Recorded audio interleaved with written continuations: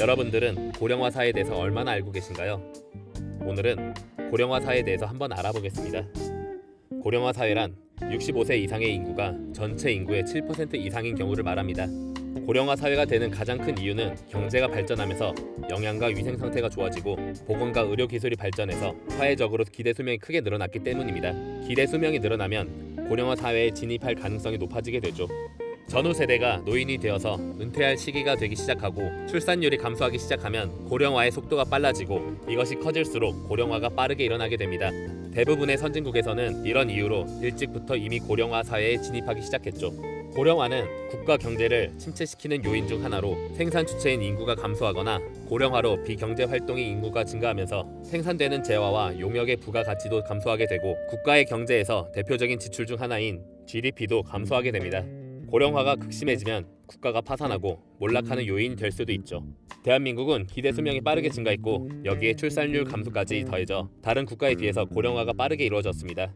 눈높이에 맞지 않는 현실로 인해서 아이를 키우지 않는 가정들이 늘어나면서 출산을 기피하는 세대가 많아졌고 결혼 정년기에 해당하는 세대들이 경제적인 사정이나 개인적인 사정 등의 이유로 비혼이나 만혼을 하는 경우가 많아지고 노인들은 계속 증가하면서 고령화의 가속도가 붙었습니다. 게다가 대부분의 기업은 정년과 나이에 제한이 있기 때문에 상당수의 고령층은 경제활동에 큰 제약을 받게 되어 빈곤하게 살고 있습니다. 비혼이나 만혼이 증가한 구체적인 이유는 주로 경제 불황으로 인해 실업이 증가해서 재정적으로 어려워지거나 자신만의 인생을 살고 싶어 하거나 결혼을 할 생각이 없이 독립해서 살고 싶은 경우가 증가했기 때문입니다. 이런 세대들이 시간이 지나서 노인이 되고 이렇게 노인 인구가 계속 증가할수록 고령화는 심해집니다. 결혼을 했더라도 아이가 없이 살아가는 경우에는 시간이 지나면 노인만 증가하기 때문입니다. 이런 가정들이 증가해도 고령화가 빠르게 일어나게 됩니다. 일본은 대부분의 선진국과 마찬가지로 고령화가 강하게 나타나고 있어서 심각한 문제가 되고 있습니다. 중국은 아직 선진국은 아니지만 고령화 사회로 진입해서 고소득 국가가 되기 전에도 고령화가 심각해질 우려가 큽니다. 이런 국가의 경우에는 경제적인 발전에 의한 것도 있지만 정책적인 이유에 의해서 출산율이 감소한 것입니다.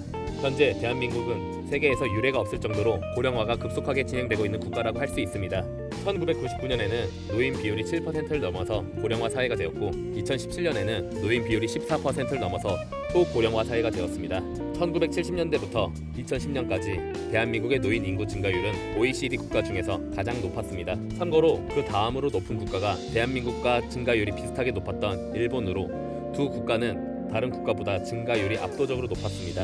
대한민국의 고령화 속도가 이렇게 빠른 이유는 출산율이 심각하게 줄어들었고 기대 수명도 많이 증가했기 때문이죠. 그래서 고령화로 인한 노인 인구의 증가 때문에 연금 수급 등의 지출도 늘어나고 있습니다. 정치적으로도 영향을 미쳐서 2017년 제19대 대통령 선거에서는 전체 유권자에 해당하는 성인 인구 중에 19세, 20대는 16%, 30대는 18%, 40대는 21%, 50대는 20%, 60대 이상은 24%를 차지해 60대 이상은 거의 4분의 1에 달했고 50대 이상까지 합쳐지면 거의 반 이상이 되었습니다. 2019 3월 말 통계청이 내놓은 자료에 의하면 2117년 대한민국의 인구는 많아도 3181만 명 정도고 적으면 1169만 명 정도가 될 예정입니다. 이렇게 되면 낮은 경우에도 노인 비율이 41%나 되고 높은 경우에는 노인 비율이 54%나 되어서 인구의 과반수가 노인이 됩니다. 2020년 들어 베이비붐 세대가 고령화층으로 진입하게 되면서 고령 인구의 비율이 급등하고 있고 2019년 8월 15.2%에서 2020년 3월 15.8%로 거의 한 달에 0.1%씩 증가하고 있습니다. 이렇게 대한민국이 고령화가 되면서 일어나는 가장 큰 문제점들은 노인들의 인생의 만족도가 낮아지게 된다는 것입니다. 이렇게 된 가장 큰 원인은 노인들이 기본적인 삶을 영위하기 위해 경제적 기반이 취약하기 때문입니다. 대한민국의 노인 빈곤층은 선진국 중에서도 심각한 편이지만 대비를 제대로 하지 못했습니다. 정부에서는 그동안 노인 빈곤을 해결하기 위해서 일시적이고 직접적인 지원을 하는 방식의 노인 부양을 추구했습니다. 이런 방식은 노인이 지속적이고 사회에 공헌하는 방식으로 살아갈 수 없다는 한계가 있고 노동시장에서 노인이 배제되면서 일어나는 문제점을 과거에 진행되었던 사회적인 노인에 대한 공경과 원조를 통해서만 해결하기는 어려운 일이라고 할 수 있죠. 대한민국의 고령 복지 현황, 시장 소득을 기준으로 할 때 OECD 국가의 노인 평균 빈곤율은 대한민국보다 높지만 국가가 주체가 되어서 운영하는 공적 연금을 포함하는 소득을 기준으로 하면 OECD 국가는 거의 사라질 정도로 급격하게 감소하는 반면 대한민국은 거의 변화가 없을 정도로 조금만 감소합니다. 노인 소득 불평등도 시장 소득을 기준으로 할 때 진위 개수를 보면 OECD 국가가 대한민국보다 상당히 더 높지만 공적 연금을 포함한 소득을 기준으로 하면 OECD 국가가 대한민국 국가보다 상대적으로 훨씬 많이 감소합니다.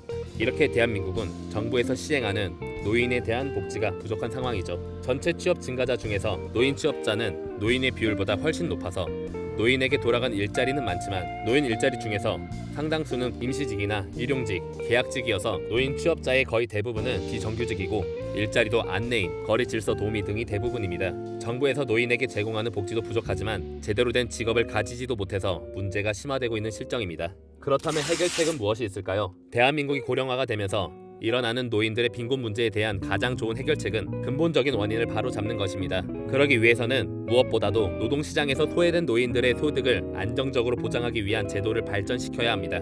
여기에 노동시장 자체를 개선하는 방안을 모색하는 것도 고령화에 대한 대비를 위해서 구체적으로 필요한 시안입니다. 근본적인 원인이라는 것을 자세하게 말하면 노인 빈곤에 대한 문제를 위해서는 노인도 수행할 수 있고 진입할 수도 있는 일이 필요하다는 것입니다.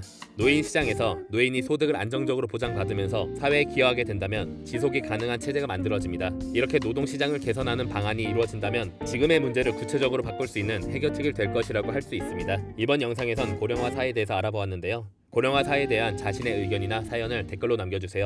여러분들의 구독과 좋아요는 저에게 큰 힘이 된답니다.